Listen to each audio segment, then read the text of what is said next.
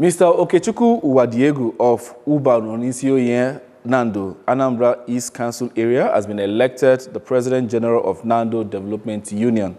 The election, which had all eligible voters from the 8 villages of the community cast their vote in a secret ballot system, which saw Engineer Uwadiegwu pull 989 votes to defeat the incumbent President General, Mr. Christopher Nwako, who got 807 votes. Amaka Omuzilike was there and now reports.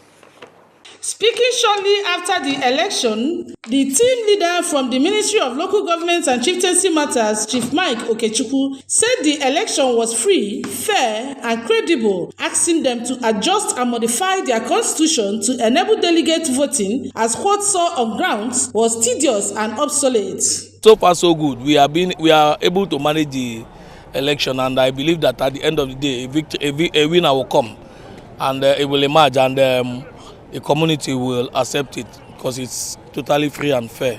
The national president of Nando United Brothers Association, Chief Martin Chukwuka, asserted that for the first time, election was peaceful in Nando because of involvement of Nando United Brothers Association, even as he advised the new President General to concentrate more on the area of development, culture, welfare, and security of life and properties of Nando.